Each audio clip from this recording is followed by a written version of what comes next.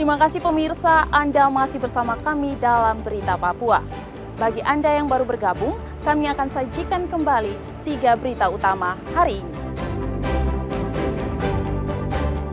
Ditabrak minibus saat sedang berjalan kaki, seorang pemuda di Merauke ditemukan tewas.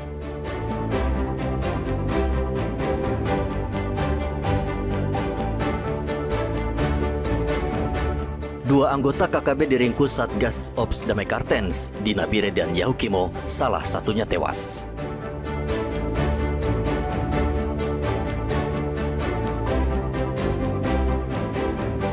Lima korban banjir dan longsor di Kabupaten Duga ditemukan tewas, 10 lainnya masih hilang.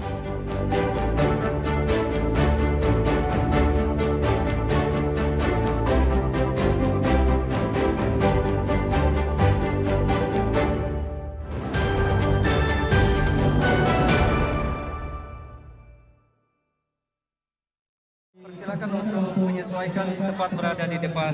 Dinas Pariwisata, Kebudayaan, Pemuda dan Olahraga Mimika menggelar Festival Budaya Amukme Kamoro bernuansa Nusantara.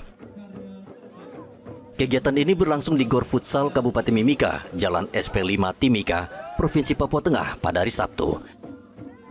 Festival ini menampilkan pameran pakaian adat, tarian, hingga ukiran khas suku Amukme dan Kamoro, serta budaya dari berbagai daerah Nusantara lainnya. Mimika merupakan daerah yang heterogen yang dihuni beragam suku, bahasa, budaya, dan agama. Sehingga festival ini digelar untuk memperkuat pemahaman budaya lokal dan melestarikan kekayaan budaya Nusantara, khususnya budaya Amukme Kamoro. Festival Budaya Amukme dan Kamoro berwawasan Nusantara. Jadi rumah ini rumah Amukme dan Kamoro, dan kita semua yang datang di sini mari kita jaga rumah ini dengan baik. Kita buat masyarakat yang ada di dalam ini semua hidup dengan tenang. Tadi kita lihat ada berbagai budaya. Saya catat, oh ada pakaian ini, sampai pakaian Kalimantan juga ada. Ternyata orang Kalimantan juga banyak ada di sini. Tadi saya lihat ada pakaian Aceh juga ada. Ternyata orang Aceh banyak di sini. Kalau orang Batak sudah tahu, tadi ketua panitia sudah datang dan pakaian Batak, ya kita sudah lihat semua. Kepala Disparbud Pora Mimika Elizabeth Cenewatin mengatakan festival ini pertama kalinya digelar melibatkan seluruh paguyuban. Kegiatan ini juga menghadirkan tim tari dan tim ukir dari kedua suku besar. Festival Budaya Amukme Kamoro berwawasan Nusantara yang pertama kali kami adakan di Kabupaten Mimika. Pertama kali kita libatkan seluruh paguyuban-paguyuban yang ada di Kabupaten Mimika ini dalam rangka untuk mensukseskan dan melestarikan seluruh budaya yang ada di Nusantara, lebih khusus Amukme dan Kamoro. Dan kegiatan ini juga kita melibatkan seluruh tim tari, tim ukir, anyam, sanggar-sanggar semua kami hadirkan. Dan juga semua suku-suku dengan pakaian adat beraneka ragaman budaya yang ada di Indonesia yang kami hadirkan. Kegiatan yang digagas pemerintah daerah ini berlangsung meriah. Pemerintah berharap budaya Amukme Kamoro tetap lestari dan terus dijaga di Kabupaten Mimika. Igobat Momolin dan Rian Tonai melaporkan dari Mimika, Papua Tengah.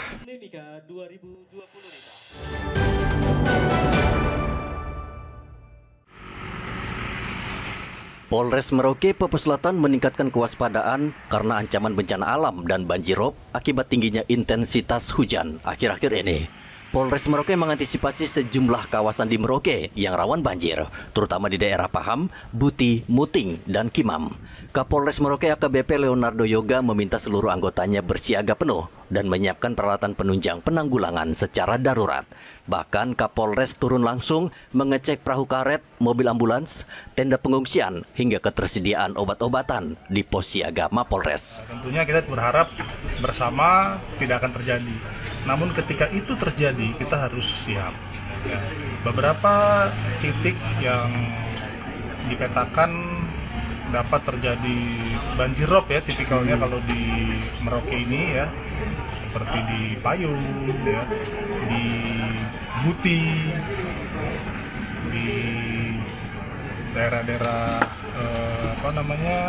Muting begitu ya, dan daerah-daerah lain ya, yang mana kita harus siap. Dan ini kita apel memang saat ini internal, tapi kemarin pun kita sudah melaksanakan Vikon juga di Dinas Pekerjaan Umum, ya, dan kami siap untuk bersinergi dengan seluruh stakeholder, dengan semua dinas dan fungsi terkait untuk kita bisa bersama-sama menangani atau melaksanakan tanggap darurat mempersiapkan terjadinya bencana.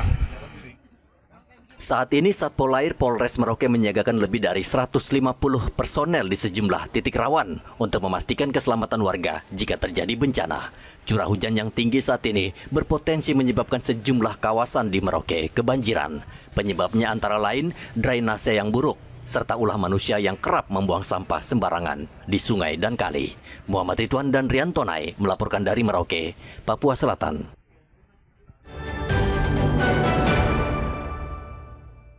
Sana baru remainan serahkan ke keluarga. Tim tanggap darurat Kabupaten Duga, Provinsi Papua Pegunungan menemukan 5 dari 15 warga yang hilang akibat banjir dan longsor di Distrik Dal. Tim menemukan 5 korban banjir dan longsor dalam kondisi meninggal dunia di Distrik Dal pada hari Sabtu.